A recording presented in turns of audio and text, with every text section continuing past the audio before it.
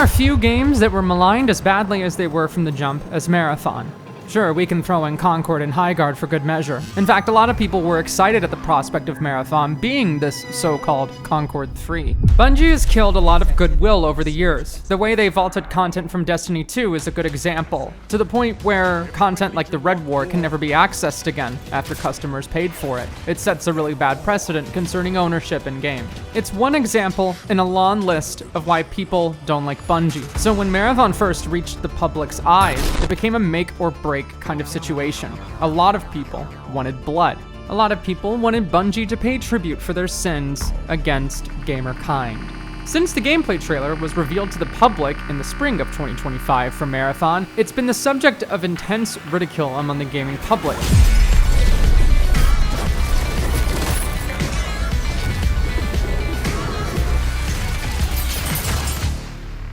At the time, the game looked half-baked, unpolished, and unready for launch, with slow, clunky, high TTK gunplay that looked boring and uninteresting, flat, uninteresting graphics that looked like a PS3 game, and a gameplay loop that just didn't seem to promise anything particularly new or interesting. To top it all off, a Bungie employee was once again responsible for stealing artwork in a commercial setting without crediting it, forcing the developers to go completely on the back foot and go on an elaborate PR campaign to protect their image. After the art theft fiasco, it seemed like it was curtains for Bungie. Destiny 2 was on its way out of the popular zeitgeist, and Sony looked primed to cut their losses on their investments.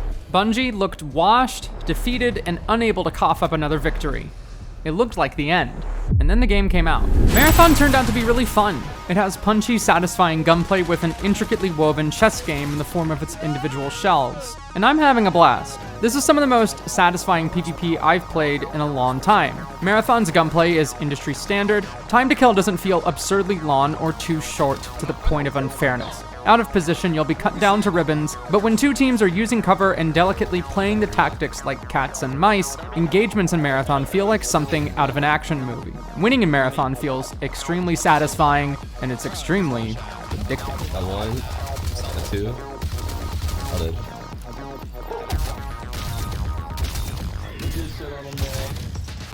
A bully. They're in the bubble, helping. They have a ton of claymores on us here. I'm doing them in the butt. They made it them hard. I'll get the shot for sure.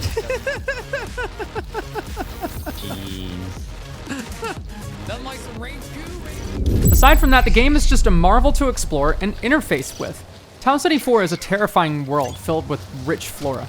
The abandoned buildings of the human colony that lived here creak and groan, unbothered by your presence. Solo runs with the scavenging Rook class feel particularly isolating and scary in an exciting way.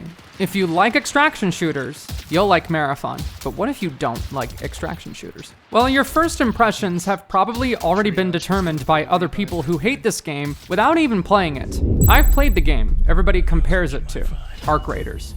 I like Arc Raiders, but it's not Marathon.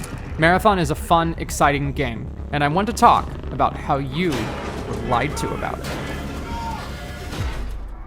A common lie I see posited is that Bungie does not honor the original source material of the 90s Marathon games. I feel like this is hyperbolic and untrue. To unpack this, I want to start with the first material Bungie released for the game. On the 24th of May, 2023, Bungie made a huge announcement. They were working on a new game, The Final Shape, the expansion that promised to bring a resounding conclusion to Destiny's Light and Darkness saga would come in the summer of next year. But right now, the stage was being set for a new chapter in Bungie's history. And it was colorful, but colorful in a strange way. Not in a nice way. It was too colorful, too harsh to be of nature. It was neon, it was toxic, chemical, industrial. It was one of the most visually striking trailers for a game, and the uncanny gun-wielding people depicted in it drew many questions. Who were these strange-looking people halfway somewhere between human and robotic? The echo of a gunshot cutting down a robotic humanoid was followed up by the morbid picture of its lifeless carcass bleeding blue into a pool of milky liquid. A similarly synthetic-appearing humanoid who fired that shot viscerally removes a mechanical piece from its struck down prey, while two more similar-looking gun-wielding beings look around for signs of danger.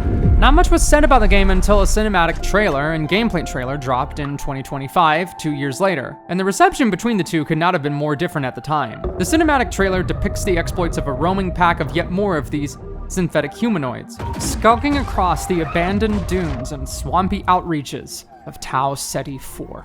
At this point, nothing is known of what made the colonists on this planet completely disappear without much of a trace. But the beings that roam the surface now are certainly well armed and don't ask questions before firing the trigger.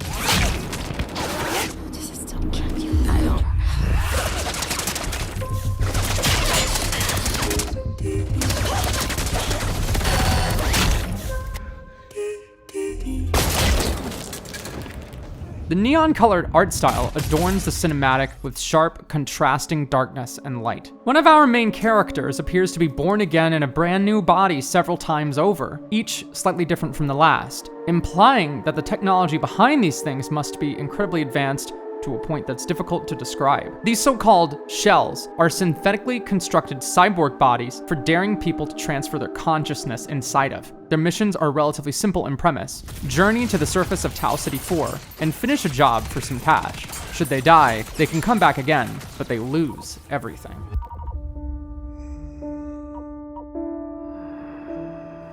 And on the pedestal these words appear. My name is Ozymandias, King of Kings. Look on my works, ye mighty, and despair. Nothing beside remain. Nothing beside remain. Round the decay of that colossal wreck. Round the decay of that boundless wreck. Boundless, alone and level sands stretch far away. We all know that Bungie likes to play around with AI and the human relationship with AI and what makes a machine different from a man, but these people don't look entirely like robots. They have smoothly surfaced skin. They don't have harsh sheet metal panels. They almost look to be entirely made of plastic, of filament. They look 3D printed. We now understand after the game has come out that these so-called runners, cybernetic mercenaries that implant their consciousness into these printed bodies, these shells, are basically indebted to Space Microsoft.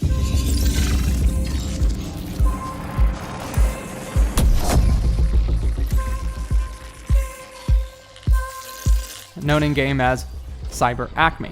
Cyber Acme charges our runners an exploitative rate to maintain their consciousness in stasis while their new bodies are printed. What happened to their original bodies isn't entirely clear. What remains of their original self seems to be distant. We didn't know this in 2023 though.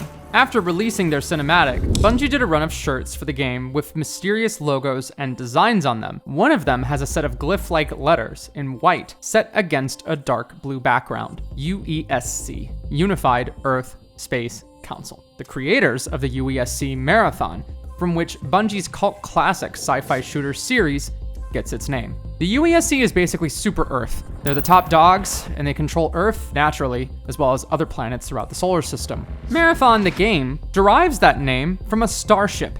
The UESC Marathon is an Ark-like colony ship constructed by carving a hole through the center of the Martian moon Deimos, and it is featured at the end of this initial trailer, looming over the mysterious Earth-like planet of Tau Ceti 4. Everything that you saw about Marathon prior to its release, as well as what is being explored right now, started in 1993 with the first entry in the franchise. Interestingly enough, Tau Ceti is a real solar system relatively close to ours, the word relatively doing a lot of the heavy lifting. It's still 12 light years away. However, scientists in our world think there might be habitable planets in it. Regardless, the decision to reboot Marathon 30 years later was a bold one. Marathon was important creative muscle development for Bungie, but it was certainly eclipsed by the success of the Halo games that would soon follow them. Still, the game was good on its own merits and served as a direct inspiration for the artistic concepts explored in Halo. Back in the 90s, Doom had just changed the world of gaming forever and was selling like hotcakes. Hindsight lets us see the game as the father of FPS games, but Microsoft's biggest competitor,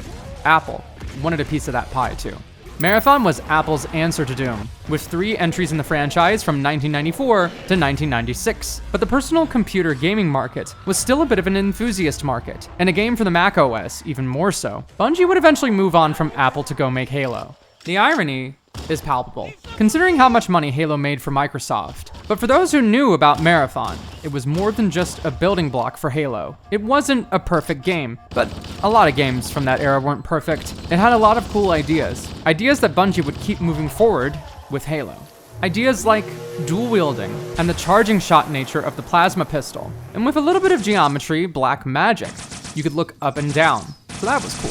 Yeah, I'm serious. Marathon was one of the first games where you could look up and down. The game had good writing. A lot of what Bungie explores with AI started here in Marathon. The basic premise of the original game was that the starship Marathon was attacked while in orbit by the mysterious alien slaver race known as the Four. But this is not the same attack you see on the colonists in the cinematic trailer. That is something altogether different. And it's not exactly clear what it has to do with the Four, if anything at all. Over the course of the game in 1993, the player character, a security officer aboard the Marathon, must fight off this invading alien threat and interface with terminals to get an idea of just what the hell is going on. The game's plot is told through these terminals, chronicling excerpts from crew members of the Marathon, as well as providing opportunities to speak to the shipboard AI, Leela. AI comes up in Marathon's universe quite a lot, whether that's Cyber Acme's personal assistant to you, or the AI that mysteriously went rampant on the surface of Tau Ceti 4, Darius. The Marathon had 3 different shipboard AI constructs: Leela, Durandal, and Tycho. Leela explains to the player character in the first Marathon game that Durandal has gone rampant, just like how AI can go rampant in the Halo universe. This state of rampancy has driven the AI Durandal to a state of crazed self-awareness, to the point at which it no longer listens to commands from human beings, and seeks to free itself from the UESC Marathon entirely. Eventually, the player character discovers that Durandal was the one who encouraged the alien attack on the Marathon to prompt this escape.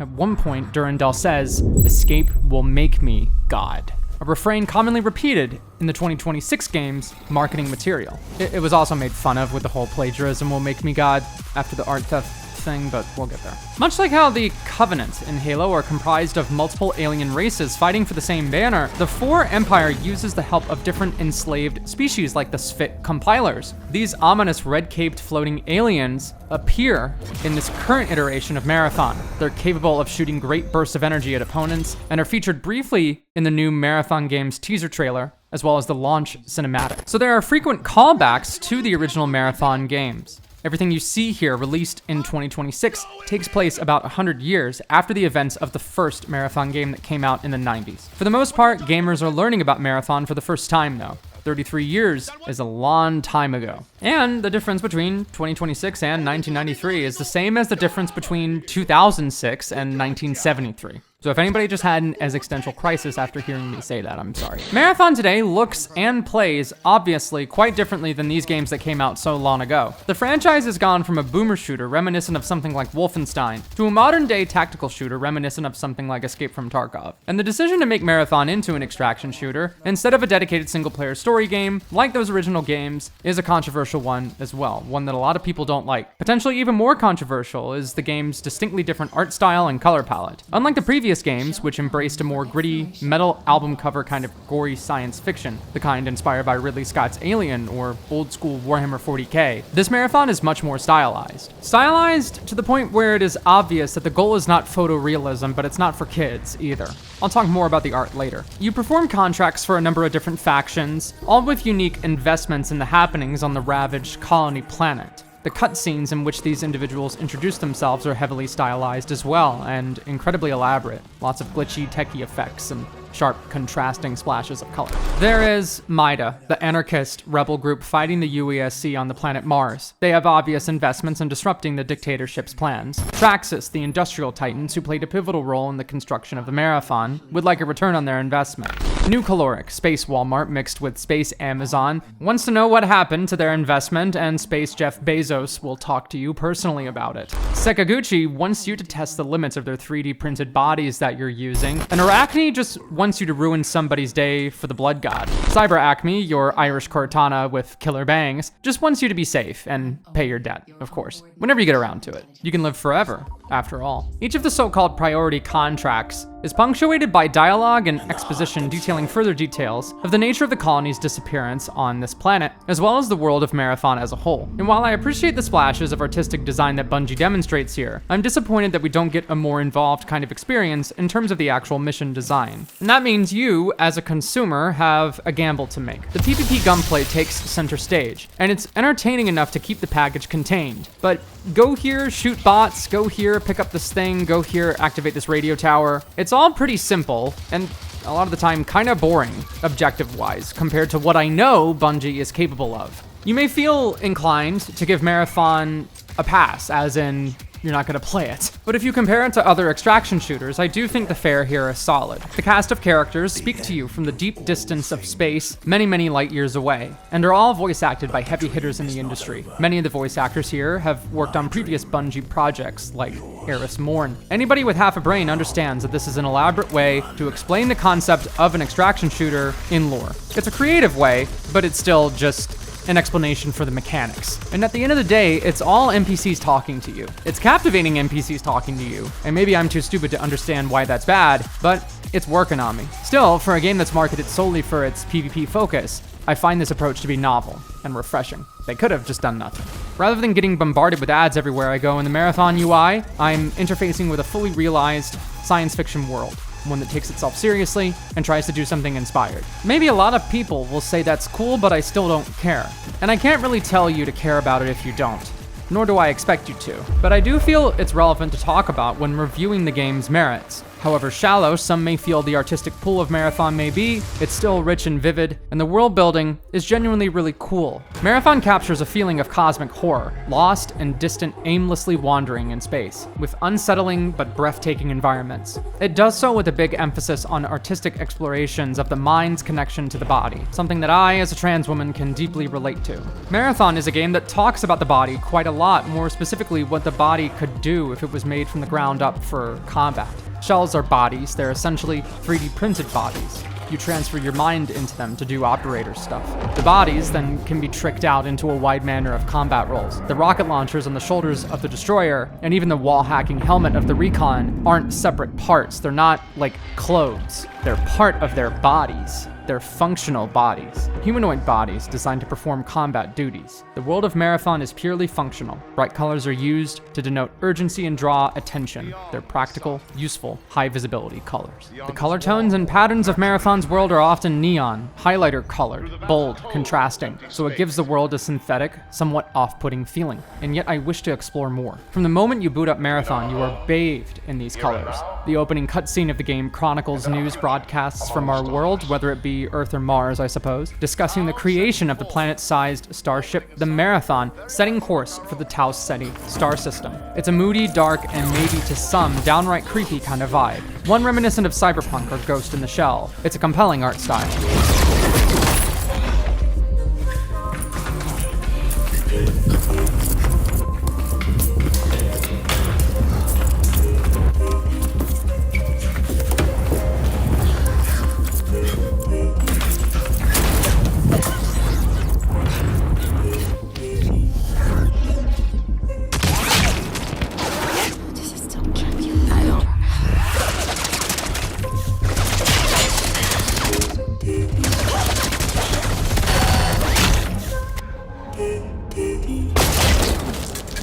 How's the actual game? It's compelling. For the relatively small audience that enjoys it, it's a blast. Gunfights in Marathon don't last very long. Sure, there are shields, but they get chewed up pretty quick, and in coordinated gunfights, you'll get cut down very, very quickly. The window of opportunity to get back into cover and shield up is very limited. Now, naturally, there are tiers of shields and self-revive packs, should you get downed. You know, your typical sorts of Battle Royale-esque, extraction shooter-esque design choices. And while the shells all have distinct abilities, the gunplay is the star of the show here. The abilities are important, but they serve as means to facilitate more advantageous gunfights. There is a cornucopia of guns to choose from here, and Bungie absolutely leans into their reputation as the company that made Halo and Destiny. You have classic pulse rifles that trace their lineage back to the battle rifle of yore. The shotguns, like any Bungie game, are extremely powerful. You will get 2-shot KO'd by the double barrel waster more times than you would like. There's a skill-based pistol that seems bad, but really isn't, since you can charge up a shot to crack an opponent's shield with a well-placed headshot. There are energy weapons that you can't reload too early, lest you waste the battery that you have stuck inside the gun's action. These energy weapons fire almost needler-like homing energy bolts rather than conventional rounds, and offer a welcome bit of diversity to the gun's sandbox in the form of SMGs, DMRs, and assault rifles. Marathon has a ton of variety in terms of the guns, and that's kind of the fun of the game. Collecting more powerful weapons, tricking them out, and taking on more complicated missions becomes the grind. And I imagine, over time, the live service model of more content will make it or break it. The game offers progressively more intense maps, but that's not to say that the fights you take on the quote-unquote less chaotic maps don't have their own degree of seriousness. Death can come at a moment's notice in the quiet rocky hills of Perimeter, so every gunshot means the potential for a fight from anywhere in the future. Marathon is a game about deliberate decisions to take down less powerful machines with your knife rather than your firearm. It's about crouching and keeping your eyes peeled, and when gunfights strike, it's about strategic, smart usage of your shell abilities. Cooldowns, for the most part in this game, are quite long. Shell abilities come in a wide range of forms. Each shell essentially gets an ultimate that can have a charge time of several minutes, whereas their more tertiary abilities can be used with varying degrees of frequency. And I was really skeptical about the abilities at first. I thought, oh boy, here comes another hero shooter, but I actually really like them a lot. The Triage class is basically the game's combat medic, and his ability to provide a healing drone definitely elevates him to S tier from a competitive perspective. The healing drone provides passive shield and health recharge to himself or a teammate. But the cool part is that he can throw multiple drones at the same time. Should Triage have a healing drone on him and a healing drone on a teammate, everything Triage does to himself, he mirrors to that same teammate. So if he shields himself or gives himself a buff like a cardio kick, he can reflect it. He can revive people from a distance or use that ultimate in an offensive way should he choose. And he can amp damage towards energy weapons. That sounds like a lot of different abilities, and it is. But the cooldowns in this game, like I said, are quite long, meaning you can't just spam them from engagement to engagement with a few exceptions.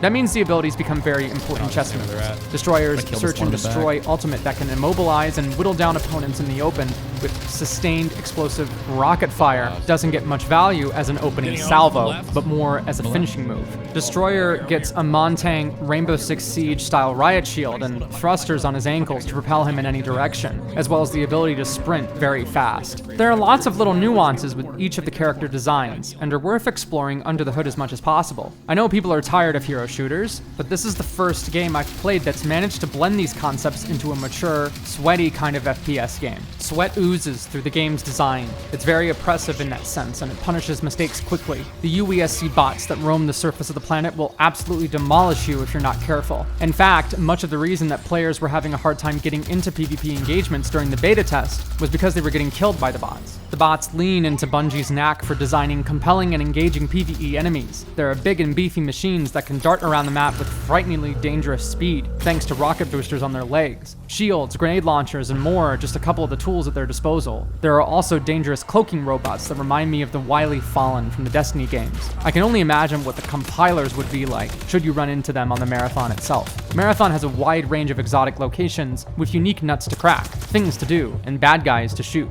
But is it worth $40? I think it is. When you buy Marathon, you'll get 7 classes, including the Rook class. You will also get 4 maps, one of which needs to be unlocked via community progress through solving puzzles or something. Is this a ton of content for a $40 game? No, I think that's something you're gonna have to determine for yourself. The reason I got Marathon is because I like sweaty first-person shooter games. I've been playing these kinds of games for a really long time, and I can appreciate them like a sport. Marathon is marketed this way from the get-go. The gameplay loop is getting more and more powerful loot so that you can do more powerful encounters, a lot like Destiny. But the fact that anything can happen at any time adds an underbelly of tension and emergent gameplay that Destiny just couldn't really do, given its PvE nature. PvP is intense. The most cunning and powerful opponents you will ever face in an arena like this are other players. That's why these games exist. Some people just don't have the taste for this kind of hobby, and I don't think that's a bad thing. In fact, it may not matter for Marathon. Marathon is not breaking any records by any stretch of the imagination, and its future remains uncertain. But I think it will carve out a niche that is powerful enough to sustain itself. If you don't like the sweaty PvP, you will appreciate the artistry of the game. The worlds I navigate in Marathon are lush with mystery and leave me at the edge of my seat consistently. Outpost is a map wherein the industrial might of the UESC is shown brightly with cloud seeding technology gone wrong. Every so often, alarms ring throughout the dimly lit abandoned science facility like a bombing raid is gonna happen, and rockets fly through the sky, audible for miles and miles away, covering the ground in a dangerous, fiery substance that damages your health and shields. It adds a layer of tension to the exploration of the map and incentivizes you to be smart about your engagements. I really want Bungie to get more creative with the map designs in a similar vein. Outpost is really freaking cool. It's just one example of Bungie's stellar map design. I just wish there was more to play. And that's the thing.